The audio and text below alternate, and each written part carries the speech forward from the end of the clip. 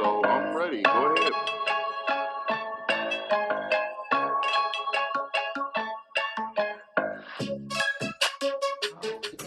Is to remind people that people are carrying so much. I know I am. I'm carrying so much that I tell my dad all the time, I can't wait until I'm 35 or 40 when I can tell him some of the things that were happening when I was in my 20s.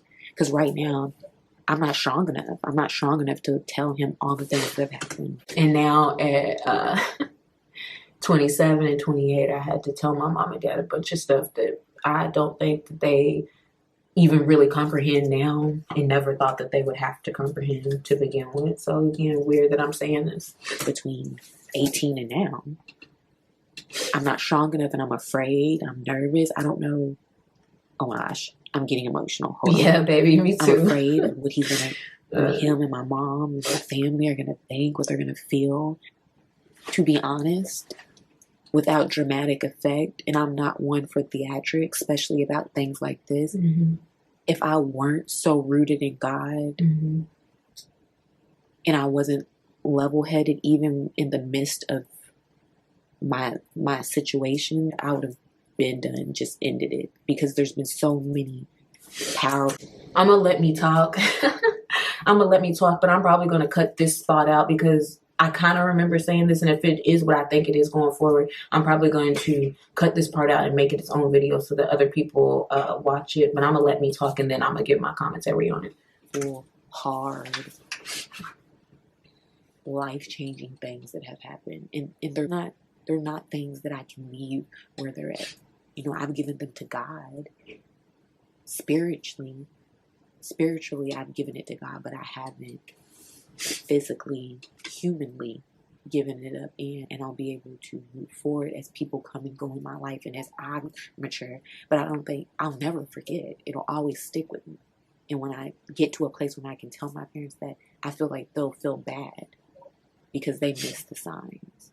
And it's only by the grace of God that I know that so many mistakes, and that I'll forever, because I want to be a good Christian, I'll forever be repenting for and asking for forgiveness. But I still have that chance today, you know? Every day that God gives me breath, I have a chance to repent. I have a chance to start over. I have a chance to do something better than I did before, you know? Every day that you give in life, even when somebody kills somebody, even if their life on the outside world is over, they have every day that God gives them breath behind bars to repent. It'll never be better for that family. We'll never get that life back, but they still have a chance to do something big or small. They have some chance. But luckily I'm rooted in God, and I know that text message meant a lot, and that's the foundation of what I consider to be loyalty, what I consider to be a friend, and all I ask for is a friend. And I hope the people that interact with me. So let me make myself clear, and I pray that you guys really watch this. Let me make myself clear. I am incredibly blessed. I have never, by the grace of God, been suicidal. Never. I thank God for that every day, and every single person that has never been suicidal should thank God every single day of their life that they're not. I think that a horrible misconception that we have in the world is that people that are suicidal, that have suicidal thoughts, are somehow weak.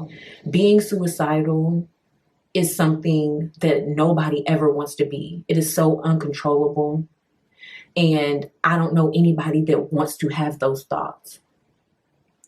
And I just want to make clear, because I am looking at this video and listening to what I'm saying, and I agree with myself. I agree with myself 110%. And I'm so thankful to a God that loves me, that I have never felt like it was better to just push delete. And I feel for people that feel that way. because I know what it feels like to be in a space where you can't even imagine it getting better. I've been there, where I was trying so fucking hard and doing everything right and feeling like, how is things not getting better? How am I not moving forward? But yet I'm doing so much. I'm doing everything that I can. That's why you'll see in other videos where I'm going down a list of all these things that I'm doing, because I've had that thought laying in bed thinking, I'm trying so freaking hard, and what if it never matters? What if I never get where I'm trying to go? What if it never works out for me? What if I'm doing all of this for no reason?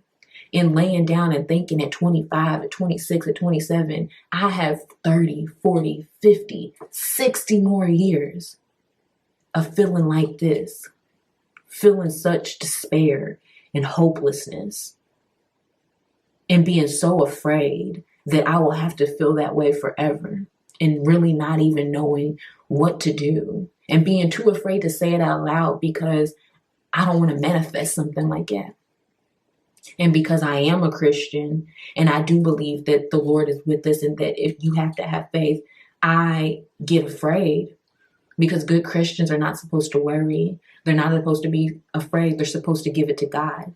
So I'm not only humanly afraid, but I'm spiritually afraid, because I keep telling God that I have faith, that I believe in him, that I know that he's going to save me, that this is for a reason. But my human form is counteracting my spiritual form, and it's overtaking me. My human fear is overtaking my spiritual wants. So now I'm afraid of that too, of the consequences of not trusting God and making decisions because I'm so afraid humanly that I can't even trust my spiritual self.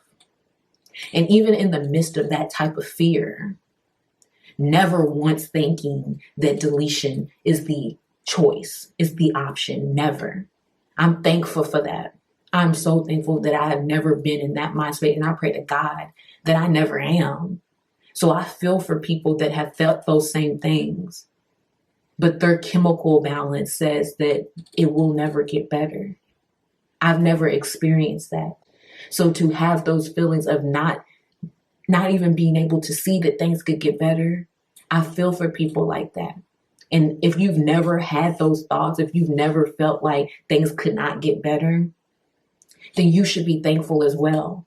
And you should check on people, because you don't know who's fighting a battle and losing, who's fighting a battle and just needs somebody to say, I don't know what's going on, and I know that I can't save you myself, but know that I care for you and I see you.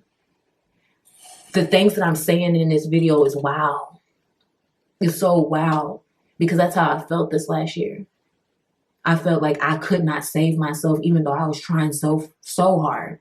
And I felt like nobody around me could save me, but nobody around was even trying to save me either. They was waiting to see if I was going to float or sink. And that's a hard fucking feeling. It's a hard feeling. So I get it. But above all, I'm so thankful that God kept telling me that even if I have to feel this way for another 20 years, on that 21st year that I was going to see light. And I never, ever thought anything different. And I'm thankful for that, because I know that when you do have thoughts like that, it overtakes you. When you feel like deletion is the better solution, it overtakes you, and that no matter who's around you, once it has you, it's very, very, very hard to get out of it, because you have to think how sick somebody has to be and how much pain somebody has to be in to not see that every day is new, and that choosing life always means that you have an opportunity for things to get better. To pick something so final, you have to know that they are in extreme pain. So whenever you see somebody in pain, instead of ignoring them, just send them a text message. You could save a life. You could really save somebody's life, even if it's for the moment. But by just acknowledging that they exist and that their existence means something more than you putting their face on your shirt. You saying rest in peace to them. You saying that you wish that you could have done better when you could have, by just sending a text message. Compassion. I feel for myself in this video. I do. But it makes me so grateful that even with me being as clear as I am now and now having experienced it firsthand, because this is me thinking about what could happen. And this is me after it did. So now I'm speaking from experience. So I hope that you guys take what I'm saying seriously, and that if you're watching this, then when you see somebody in pain, that you at least try to reach out to them, because you really could be saving a life.